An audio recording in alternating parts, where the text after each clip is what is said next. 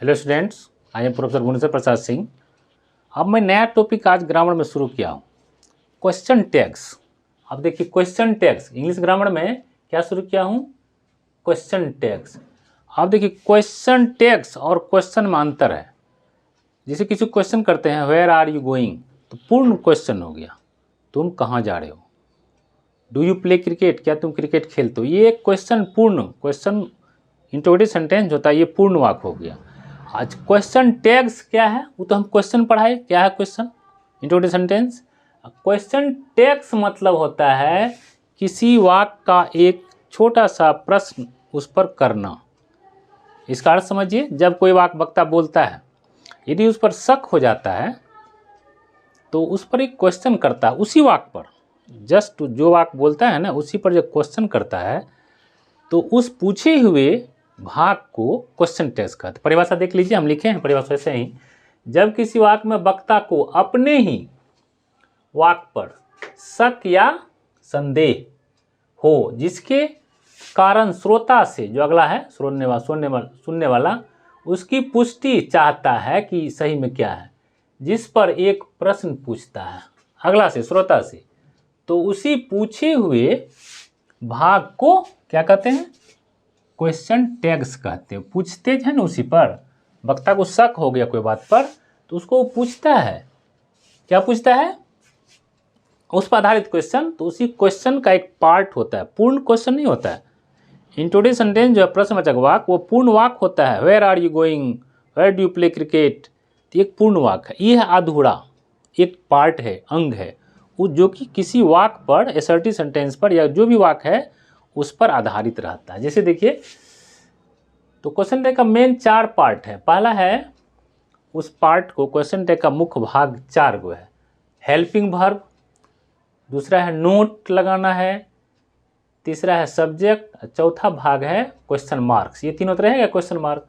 अब helping verb का description यहाँ देखिए, इसको विस्तार से लिखे हैं।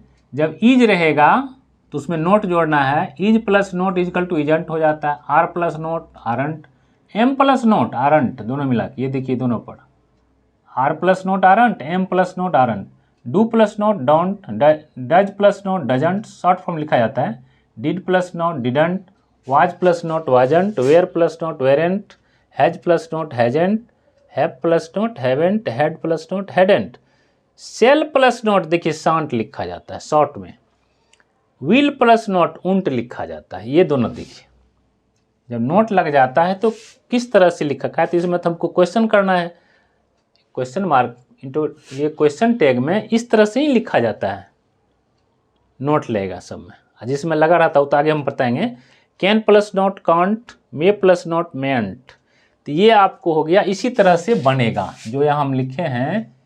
इस तरह का क्वेश्चन टैग्स में इसका यूज होगा, उसका यूज होगा।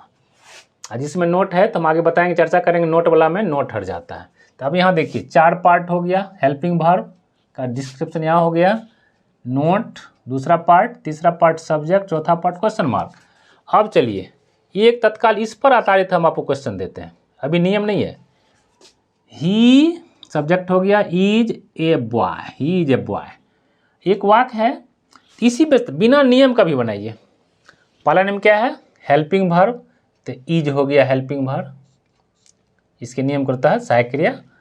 दूसरा नियम है नोट, तो is plus not equal to isn't हो जाता है, देख लीजिए हम, तो नोट लगा दिए। तीसरा नियम है सब्जेक्ट, तीसरा पार्ट है, नियम नहीं, पार्ट है सब्जेक्ट लगाना, और चौथा पार्ट है क्वेश्चन मार्क लगाना। तो इस समान अभी नियम नहीं है, अभी तो इस पर हमने वाक्य दिया, आगे और इसका नियम है। तो ही जे बॉय, वह एक लड़का है, इजंट ही। अब ये जो हम हिंदी लिखे हैं, इसलिए लिखे हैं कि परीक्षा में पूछता है, ट्रांसलेशन में, मैट्रिक में पूछ देता है, वह लड़का है ना। तो जिसको क्वेश्चन टैग याद रहेगा वही उसको बना सकता, नहीं तो जानते क्या करेगा, ही जे बॉय नोट कर देगा। तो ऐसा तो नहीं होता है। सिर्फ इसका जो है नो का अंग्रेजी क्या होता है, इजंट ही, इसी पर आधारित है। क्वेश्चन टैग का क्या मतलब हुआ, टैग। जब ये टैग मतलब एक छोटा सा भाग, पार्ट, तो एक पार्ट न हुआ, फुल क्वेश्चन नहीं है। उसको शक हुआ कि वो लड़का है कि लड़की है। आजकल तो थोड़ा सा कपड़ा पर डिजाइन पढ़ने पता चलता है, तो इसको शक हो गया वह एक लड़का है। है कि नहीं है?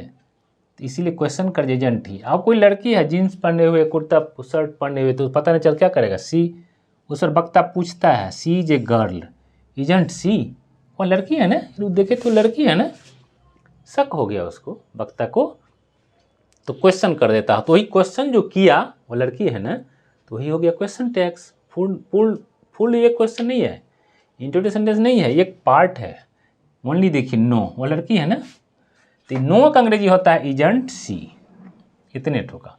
आप ये देखिए आई एम ए टीचर, मैं शिक्षक हूँ ना, तो इस पर क्या हो जाएगा, am plus not equal to हो जाता है आरंट, क्या हो जाएगा एम का आरंट आई, मैं शिक्षक हूँ, आई एम ए टीचर यहाँ तक हो गया, मैं शिक्षक हूँ, इसी पर शक हो गया है तो क्या कहता है, नो का अंग्रेजी क्या हो जाएगा आरंट आई, मैं शिक्षक हूँ ना।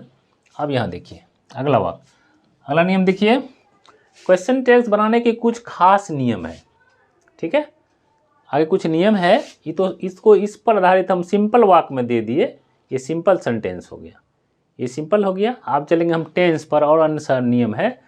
तो क्वेश्चन टैग बनाने के कुछ खास नियम है। पहला नियम देखिए, यदि कोई वाक्य क्या हो, यदि कोई वाक्य प्रेजेंट इंडेफिनिट टेंस में हो, अब टेंस पर चल रहे तो वो टेंस पर एक ही ठो लिया गया, 2-3 ठो वाक्य लिया गया टेंस से, ये सिर्फ इंडेफिनिट का। यदि कोई वाक्य प्रेजेंट इंडेफिनिट टेंस में हो तो क्वेश्चन टैग्स बनाने पर हेल्पिंग वर्ब उसका क्या हो जाता है, इंडेफिनिट तो अपना सहायक क्रिया है नहीं, तो डू या डज लगता है, डू या डज, वो में क्या कर्ता के अनुसार लगाना आपको। सब्जेक्ट देख लेंगे कैसा है, यदि ही है, यहाँ देखिए ही है, he reads a book, reads a book हो गया प्रेजेंट इंडेफिनिट का टेंस, सिंपल प्रेजेंट का, तो ही के अनुसार डज लग गया सहायक क्रिया, या अब इसको चलेंगे, इस पर फॉलो करना है, सहायक क्रिया डज, नोट लग गया, सब्जेक्ट ही है ये है तो इसको फिर यहाँ दे दिए ही, तो डजंट ही, वह किताब पढ़ता है ना, यही फॉलो यही करना, यही चारों नियम करेगा। लेकिन टेंस पर थोड़ा सा ये हेल्पिंग वर्ब बदलता रहेगा, प्रेजेंट टेंस में हो तो डू या डज, पास्ट टेंस में तो डिड, अब बाकी जिस टेंस में जैसा है वैसा देंगे। चलिए आगे बढ़िए। दूसरा वाक्य, आई प्ले क्रिकेट, मैं क्रिकेट खेलता हूँ, पर इंडेफिनिट टेंस में है, तो इंडेफिनिट मैं क्रिकेट खेलता हूँ, ये तो हो गया आई प्ले क्रिकेट। अब इस पर ये देखिए, यदि मीटिंग में पूछ देता मैं क्रिकेट खेलता हूँ ना, मैं क्रिकेट खेलता हूँ ना, अपने आप पर भी शक है इसको, खेलता हूँ ना, हाँ भाई क्रिकेट तो खेलते हैं लोग कहेगा अगला, तो कोई शक हो गया, तो इसमें क्या हो जाएगा आई के साथ तो डू लग गया, यहाँ ध्यान देंगे सहायक क्रिया डू, दूसरा नियम है नॉट, तीसरा नियम है सब्जेक्ट, इसी वाक्य का सब्जेक्ट होगा, और चौथा पार्ट है क्वेश्चन मार्क। ये 4 अंग है जिसका डिस्क्रिप्शन भी यहाँ हम दिए हुए हैं, डू या डज का जो हो जैसा वाक्य रहेगा वैसा देंगे। ये हो गया आपको सिंपल प्रेजेंट टेंस में डू या डज सहायक क्रिया हेल्पिंग वर्ब लगता है, बाकी not subject question mark. Present tense का वाक्य रहेगा तो क्या करेंगे, सहायक क्रिया डू या हेल्पिंग वर्ब डू या डज दे देंगे और उसका नोट लगा देंगे, सब्जेक्ट और क्वेश्चन मार्क लगा देंगे, हो गया प्रेजेंट टेंस खत्म।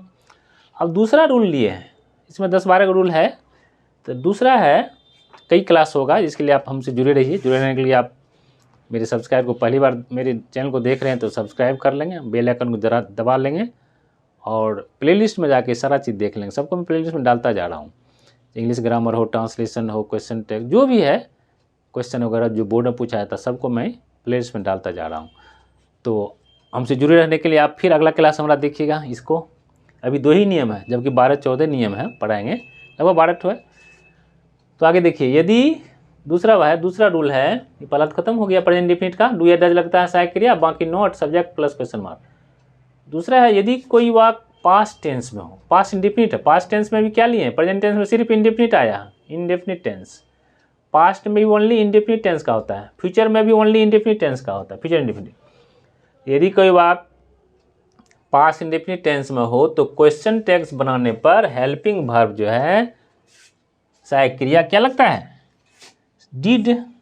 आपको पता होगा कि पास्ट डिड ऐसा, इसमें तो अलग अलग था डू या डज कर्ता के अनुसार, इसमें एक ही तो डिड है, तो इसमें कर्ता अनुसार क्या होगा कि कोई भी सब्जेक्ट होगा तो डिड ही लगेगा, इसके तरह नहीं होगा कि डू डज कर्ता अनुसार। डिड पास्ट इंडेफिनिट में ओनली डिड है, डिड ही लगाएंगे। शी रोट ए लेटर, अब यहाँ देखिए उसने पत्र लिखी, शक हो रहा कर्ता को, लिखी कि नहीं, अरे पत्र लिखी कि नहीं, तो उसने पत्र लिखी ना, तो इतना ओनली ना दे देने से क्या हो जाएगा, ये हम वैसे लिखे आपको समझने के लिए, बोर्ड में ट्रांसलेशन पूछता है इसलिए हिंदी लिख दिए हैं, वैसे इंग्लिश ग्रामर पढ़ा रहे हैं। तो सी रोट ए लेटर, उसने पत्र लिखी ना, तो ये ओनली जो न है लिखी ना, इसका हो जाएगा डिडंट सी, इसी को कहते हैं क्वेश्चन टैक्स। इस पर वाक पर आधारित, इसी वाक पर आधारित करता वक्ता को शक हो गया, वह पत्र लिखी कि नहीं, भाई क्वेश्चन कर रहा है, उसको बोले थे लिखने के, लिखी कि नहीं बोलो, तो सी रोट क्वेश्चन उसी पर रहेगा आधारित। डीड लग गया, सहायक क्रिया डीड हो गया, हेल्पिंग वर्ब, नोट हो गया और सब्जेक्ट हो गया और क्वेश्चन मार्क हो गया, तो डिडंट सी, उसने पत्र लिखी ना। दूसरा वाक्य है ही सेंग ए सॉन्ग, उसने गीत गाया, ये तो हो गया ही सेंग ए सॉन्ग। अब वक्ता को शक हो रहा कि गाया कि नहीं, उसने गीत गाया कि नहीं, तो क्या हो जाएगा डिडंट ही, उसने गीत, ये जो है ओनली ये नो जो है सिर्फ गाया ना, इसका बन जाएगा डिडंट ही। डिड क्यों लगा, पास्ट इंडेफिनिट में V2 है, ध्यान रखिएगा, S प्लस V2 रहे तो क्या हो जाएगा, S plus V2 past indefinite का वाक्य है, डिड लगता है, उसने गीत गाया, डिडंट ही, उसने गीत गाया, गाया ना, एक शक हो रहा उसको, तो इसी शक को दूर करने के लिए क्वेश्चन कर देता है ना। फिर समझिए, जब किसी वाक्य में वक्ता को अपने ही वाक्य पर शक या संदेह हो, जिसके कारण श्रोता से इसकी पुष्टि चाहता, जिस पर एक प्रश्न कर पूछता है, उसी ये प्रश्न जो है इधर, तो उसी पूछे प्रश्न को भाग को क्वेश्चन टैक्स कहते हैं। हो गया, कुछ नहीं है इसमें। हमसे जुड़े रहने के लिए अगला फिर देखिएगा हमारा अगला वीडियो, जिसमें फिर 2-3-4 नियम लिखाएंगे। तो फला इंट्रोडक्शन था, तो आज 2 ही नियम हुआ, तो छोटा छोटा वीडियो मैं बनाता हूँ, अगला क्लास मेरा जरूर देखिएगा। इसके लिए आप बेल आइकन सब्सक्राइब करके बेल आइकन जरूर दबा लीजिएगा।